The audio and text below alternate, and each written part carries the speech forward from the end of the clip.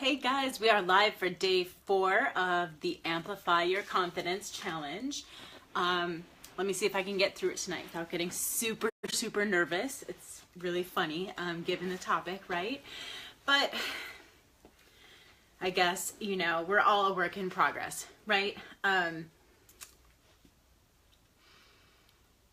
There was a time when even just a live video on any topic would have like made me just freeze up and get just completely like shaking with fear. So I used to hide behind information about fitness and nutrition, which is valuable information, right? But I was not comfortable talking about myself and my own story at all. So I guess what I'm trying to say is you guys are kind of witnessing the type of evolution that I'm talking about in these videos. So I just wanted to make sure that you're aware of that because I thought it was kind of a cool angle on this. So for day 4, I'm going to talk about something that has to do with my business and how I have learned, for the most part, to ignore the haters. I do still get my feelings hurt sometimes, but it is not as frequent as it used to be. It is not as deep as it used to be. And it takes a lot more, right? It has to be, these days, most often, if I still do get upset over something someone says to me, or if I feel like I have like let somebody down, if I feel like someone's telling me I'm not their cup of tea, it really only gets to me if it's somebody whose opinion I really care about, like a good friend. Yeah, I'm not gonna lie, it bothers me when like somebody that I'm really close to in my personal life unsubscribes from my email list, because I just feel like it would be weird to ask. So anyways, I probably shouldn't have said that, because now you guys are all like, oh my god, I'm never gonna unsubscribe. But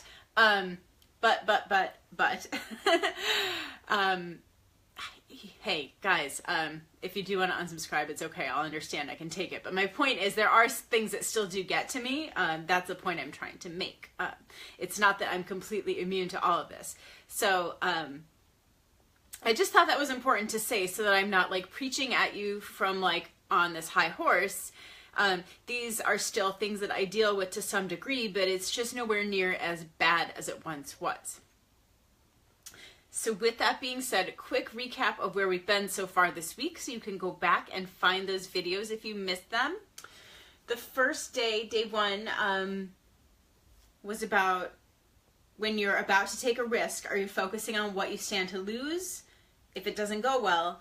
Or are you focusing on what you stand to gain if it does go well? And I recommend focusing on what you could gain and keep yourself in that mentality to make it easier and get yourself out of that paralysis and take action. Day 2 was all about finding your self-worth within rather than outside. And I'm going to say a little more about that today, kind of an evolution of that theme. Now, day 3, yesterday, I talked about your inner monologue. What kinds of thoughts are you running on the soundtrack in your head? And the example that I gave was, I realized a big reason behind my eating disorder, my abusive relationship with food, a big underlying factor in that was, it was like stress relief for this like very negative, abusive internal monologue that I had. So it was a key discovery for me in helping to heal my relationship with food. But if it's not playing out with food, I guarantee you, if you have that kind of negative internal monologue, it is playing out somewhere else in your life, with your relationships. There's all sorts of ways it could be playing out, but the messages that you give to yourself inside of your head have an effect, and it's worth doing the work to observe them and make them nicer if they're not nice. All right, so day 4. Here we go. So I'm just going to tell you a couple of quick stories And it kind of takes my breath away even just thinking back on them. Now, give me some hearts, whether you're watching live, watching the replay. Let me know, and even leave a comment if you feel comfortable sharing, if you have ever had the feeling of just like having your breath taken away by someone saying something nasty to you. It kind of felt like the rug was pulled out from under me, like just the bottom dropped out of my stomach. It is the worst feeling, and like my heart starts racing, feel like I did something wrong, feel like, oh my God, I need to fix it, and I don't know how to fix it, and I can't fix it, like this desperate feeling, okay? So it actually was not hard for me to remember incidents like this, because there have been a lot of them. Turns out there are just people who are kind of on the internet to be mean for sport. Hi, Terry. Good to see you. Terry is not someone who's mean on the internet. Terry's a sweetheart, as are everyone I've interacted with in this group. We don't have any haters in this group, hopefully, that I've seen. There's some new people, so don't be nasty. Rule number 1. But okay, so when you have a business on the internet, when you put yourself out there, people just come for you. There's people out there who are unhappy and they want to tear someone down, and that's just the truth of it. That's all it is. It is nothing to do with you. It is nothing personal. They will strike out at whoever is in front of them. But it can be hard to have that perspective. It can be hard to have that perspective. And I'll tell you a little bit about like the way you respond to these types of incidents. Will tell you something about yourself. I'll get to that. But kind of the juicy part of the story, I guess. I remember like really early on when I first started my Living Vibrantly page, where most of you found me, unless you know me, unless you knew me before I had the business. You probably remember getting a message from me to welcome you to the page. And I still do that. Still send a message to everyone new who likes the page. Well, how hard would it be to just ignore it, right? If you don't want to reply, don't want to talk to me. Right now, what I ask people is, I say, oh, there's more content like this on my email list. Would you like to be added? And a lot of people ignore it. Some people send me their email address. So one of the responses I got back, this woman, just without saying anything else, she like instantly replied and said F off, except, you know, she didn't abbreviate it. And I'm like, looking back, I'm like, okay, that had absolutely zero to do with me, right? Zero to do with anything I wrote. She didn't know me. She liked my page. But at the time, it felt like I did something wrong by sending her that message. So that's how warped our perspective can get when we don't have that self-worth on the inside. And that is why I say this is a process of evolution. It's not like you learn the lesson and then you're done. Because by the time I started my business, I was already well down this path, but I still had that kind of trigger. It's like a trigger point, you know, when you're massaging. Foam rolling is on my mind because I've been doing a lot of it with 80-day obsession workouts, but they make your muscles really sore. So if you've ever used a foam roller, you know there's like little knots in your muscles and it's called a trigger point. Or if you get a massage, they'll work on the trigger points too. Very, very sensitive spot. So she hit one of my trigger points. And when you have emotional trigger points like that, it just is a signal that there's more work to do. I guess there's more work to do for all of us. But as you do that work, it will start to become less sensitive and it will be tripped less easily and not as often. And you'll be able to recognize more that it's not about you, that this is an angry person lashing out. Another example, funny enough, because of what I just did, but when I first started doing videos, I was even more nervous than I am now. And it was very important to me to write out all of what I wanted to say, word for word. Because, I mean, it's gotten a lot better, but I also realized I just needed to talk and be myself. And if I like mess up, I say something I wish I wouldn't have said, too bad, like it happens to everyone. Nobody's perfect. I was expecting myself to be perfect. and speak perfectly and say exactly what I plan to say in the same order and not forget anything and phrased in the perfect way. Well, it's not possible. But so I was writing it out word for word, and then I was reading. Some of you probably remember these videos. Well, what happened, but I got a comment of this woman, and this is the thing. These comments always come from people who I have never heard of before, right? Like, it's not someone who's in this community. It's not anyone who I've interacted with repeatedly who's being mean. It's like a brand new stranger. Maybe they've been watching me, but they haven't like participated in any discussions, okay? And so this woman comments on my video, and it was a public video. It wasn't in this community. And she said, I actually forgot exactly what the words are, so this one didn't make quite as much of an impression on me, or maybe it's just because F off is shorter, but so I don't exactly remember the wording, but it was something like stop looking down at your notes and just talk, or I don't know. I feel like it was more vicious than that, but maybe that was just the way it felt to me. Maybe that's all her words were. So that's another thing. We assign a tone to things that's like a lot more like you're in trouble sometimes than the person actually meant. So, but that was her comment. And it really, really upset me. Again, like I remember lying awake at night and not being able to sleep, thinking like, oh, I'm no good at this. I might as well just quit. Like thoughts like that were going through my head. And I think you guys can probably agree that's like totally an overreaction to even what she said, let alone the fact that this person was not anyone whose opinion I valued for any reason. And, you know, not because she sucks, but just because I didn't know her yet. Like, I don't know who she is. And she also didn't say it in a kind way, right? Like a good friend would say, great job on the video, but I think you could really improve if you stopped reading from your notes, things like that. So she wasn't being supportive. She wasn't like, great content, but stop looking at your notes. All right, so, but then how did I react? So with that one, with the F off girl, I think she blocked me immediately, so I didn't really have any choice. But at that time, if people didn't block me, I would try to engage with them. I would try to start a conversation and be like, well, it's not, I forget, actually, I think the stop looking at your notes girl, I think I wrote to her and was like, hey girl, you're honest and you give tough love and I appreciate that. Like, just trying to see like the positive side of that personality, which now I'm like, she's just kind of an asshole. Like, I don't want to talk to someone like that. But, or maybe not to everyone, but she was to me. So not starting off on the right foot, and like she doesn't deserve any of my time. That's the point. All right, so then third example, well, there's a couple more here. This is like Elizabeth Reed's mean comments, right?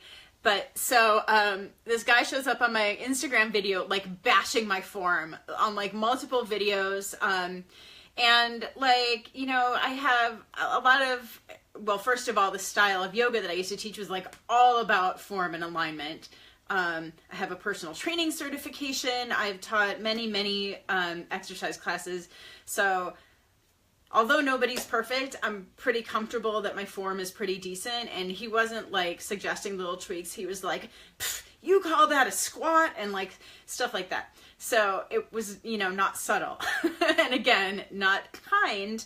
But again, back at this time, I was like, you know, trust your gut, partly. Like, if someone's being a jerk to you, they don't deserve your time or your attention.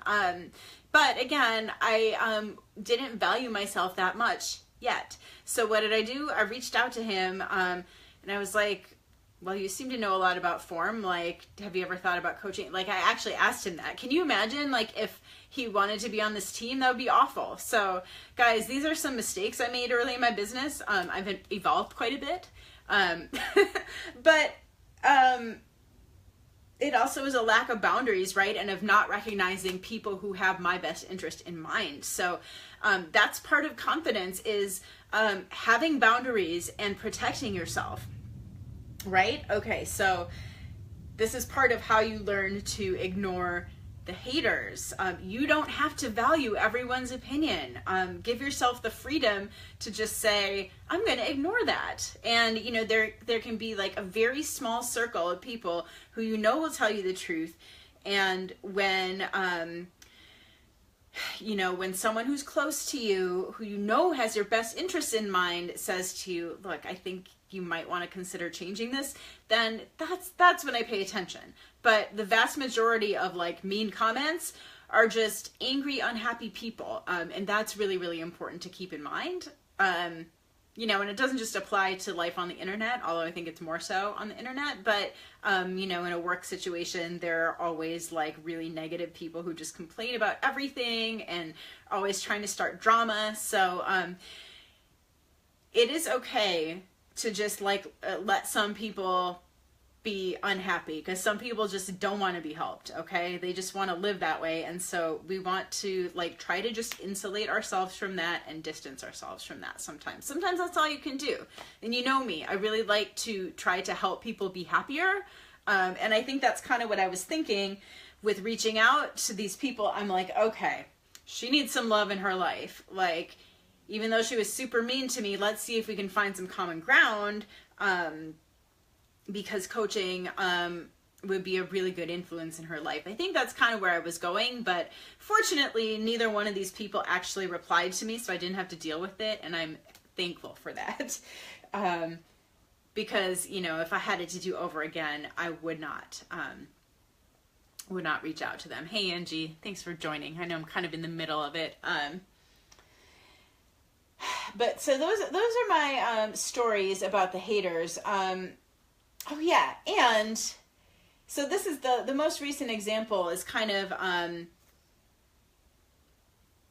you know, not to say that the comments don't bother me at all. Like I already said, they bother me a lot less. And so kind of whenever I put up a photo of showing like my upper body, just because I don't have a lot of body fat there, like it's all on my butt and my hips, which... If you saw my video about the body scan, I discovered recently when I had a body composition scan, but like you can see my collarbones, and it's true for a lot of women. I don't think I'm actually, like, my BMI is pretty high for my height, so I don't mind saying that, but there's just not a lot of fat like in my shoulders. And so when I post pictures showing my shoulders, people post that I look anorexic all the time. And first of all, it's mean, it's not considerate, it's not supportive towards someone who actually may be anorexic. And I also don't think that they really think that.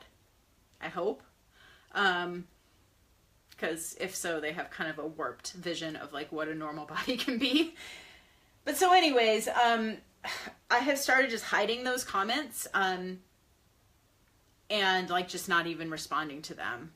I don't know if you guys know this, but if you have, well, it's maybe only on a business page, so maybe not that relevant, but just really quickly, what I mean by hiding is on a business page, if someone comments on your post, there's an option to just click hide, and then you're not deleting it, so they don't actually know that it's been hidden. Only the commenter can see it, and I think their friends can also still see it, but like none of your other followers can see it. So it's a really nice option for negative comments, because obviously they're doing it to get a reaction, and like just ignoring it and not giving them that satisfaction, I think is like the best revenge. So that's kind of how I do it now. Again, I'm not perfect. There's definitely still things that get to me, but I, for the most part, try to like block them and move on as quickly as possible. And I do block them from commenting further on my page. I also do that. But I don't take the comment down anymore, usually, unless it's really terrible. But I think those earlier stories that I described to you, like how strong of a response I was having, of feeling like it was my fault that this person's unhappy with me, having that response showed me that I had more work to do on this. So that's where I'm going with like that evolution that I described for you. If you find that, I mean, you'll start to get a sense of like if people are being super mean in any situation. I mean, it's like makes me sad to even be talking about this because I don't want people to be mean to you, but it happens to all of us. That's life. So the next time someone is mean to you, if you can see that what they are saying to you is all about them and it's really not about you, if you can see that objectively, but yet it still bothers you emotionally, that's just a sign that there's some work to do here yet. And like I said, it's different if it's someone who's really close to you, whose opinion you value, but if it's like someone you don't really even like, but then you're like caught up in this drama of wanting them to like you, and believe me, I've been there, but if you're finding yourself kind of going in that circle, then it's a sign to circle back and work on that internal self-worth, the feeling that you are valuable and worthy and lovable and all of those things. You have so many great qualities, and this person obviously may not see them, but it doesn't matter, because you know who you are and you know how valuable you are.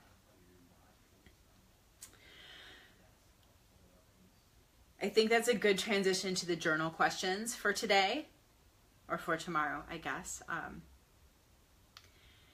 So the first one is, when in recent memory have you gotten too caught up in what others think of you? Or when have you let negative comments get under your skin? And I say let them get under your skin because, I mean, it is a choice. Although sometimes it's that knee-jerk reaction. We do have some choice and some control in the matter. Especially if we work on it, we start to like slow down that reaction and make that reaction less severe. So then the next question is, what will you do the next time you find yourself going down this road? So there are many ways to approach this. Affirmations, meditation are some of my favorites. Spending time with someone who does see the best in you is a great way to remind yourself that you don't suck when you feel like you suck. I mean, I'm just telling it like it is here, because this is like the mental space that I get in, or that I would get in when this would happen. Another thing that I really like to do is have like a little, I have these all over. I have one in my house, I have one at work, I have like a folder on every computer that I've ever owned. But it can be a physical box or like a folder on your computer of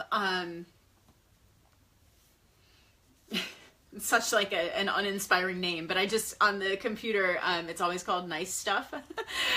Basically, I started saving because I had a boss who was just a nightmare and would like fly into a rage and stuff and was just really mean. So I put this folder of nice stuff to look at, of like nice things people would say about articles I had written, just for me to look at, to remind me when I'm in that space of feeling shame that, again, that I don't suck, that now this is still, like that's still finding my self-worth outside somewhere, like, right? I'm relying on someone else in the past having told me that I do good work. So it's still not quite there in terms of being like immune to those external influences, but it's a balancing influence. Like I'm drawing on my own knowledge of my abilities and talents to counter the negative opinion. So that's kind of how I understand that. As far as like the physical boxes, that's what I have in those is things that remind me of people that have really loved me, essentially, like gifts from close friends that have sentimental value, like pictures and things that remind me of my grandmother or my dad, things that remind me of really happy times in my life. But fill up a box with things that just make you feel happy, make you feel loved, make you feel grounded. You'd probably laugh if you could see some of the things that are in these boxes, because they look like nothing, but they mean so much to me. So I know you have some objects like that in your life. So that is one tool and one exercise that you can use to help you with this.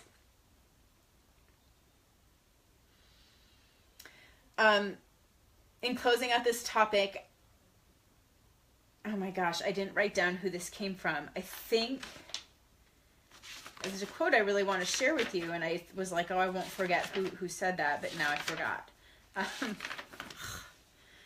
Typical. It might be Gabby Bernstein, but I'm really not sure.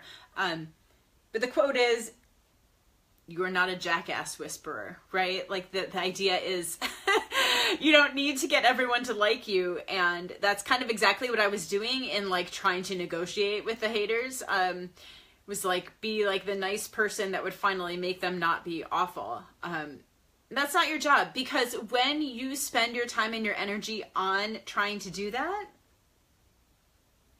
it's distracting you and it's taking time away from the people who need you, who need to hear what you have to say, who need your work, your talents, your message in life. So don't spend your time with the jackasses.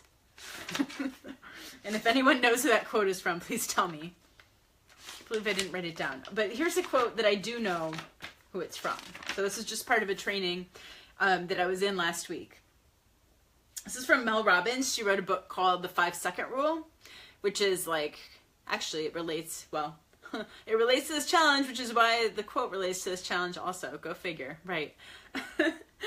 But the 5-Second Rule, which I haven't read, but as I understand it after this training with her, it's when you are about to do something that scares you and you find yourself hesitating, you have to just count down 5, 4, 3, 2, 1, and then do it. And you get in that habit of just taking action. But the quote is, confidence isn't believing in yourself. Confidence is taking action in spite of the fact that you don't believe in yourself. So even at the time that haters still really bothered me, I was still putting myself out there. I could have made the choice when I got that FU and the girl blocked me. I could have said, you know what, this isn't worth it. People are being abusive and I'm just not going to do this business. But I knew that I wanted to help people. I had something to share and I enjoyed working with the clients that I did have. Enjoyed is not even a strong enough word. Like I live for it. And so I wasn't going to let one person who didn't even get me and what I had to offer, I wasn't going to let her stop me from reaching all of the people who do get it. So keep that in mind. Don't let this one person who like doesn't even get it determine your actions and the course of action you choose to take in your life. All right. I think that is all that I wanted to say today. So I just want to remind you, I am getting some awesome messages in my inbox of how you guys are engaging with this material, and I love it. I would love to see some discussion in the group. If you guys are doing the journals, the realizations that you're having, what did you notice for your internal monologue yesterday? Like I said, I would love to see some discussion inside of this group, but whether you're posting in the group, commenting on the videos, or whether you are messaging me privately your thoughts, all of those are being counted as participation. And these videos are going to stay up through, I keep changing my mind. I'm going to do Sunday, so that's the 11th. They're going to stay up through Sunday the 11th. There, I said it. I have to write it down. But so that's when I'll be taking them down in this group. So you have to have the challenge completed by then in order to have your entries counted. And that's when I am going to be drawing the winner of one person who gets a year-long package to work with me. That's access to any of my programs. It's a month of Shakeology. It's an annual membership to Beachbody On Demand. It's a $160 value, and you will either get it for yourself, or if you already are working with me and it's not time for you to renew for your next year. Well, actually, you can use it when it is time to renew if you want to, or you can gift it to someone else. So that's how the prize works. Let me know if you have any further questions about that. Otherwise, I will see you tomorrow night for our final installment.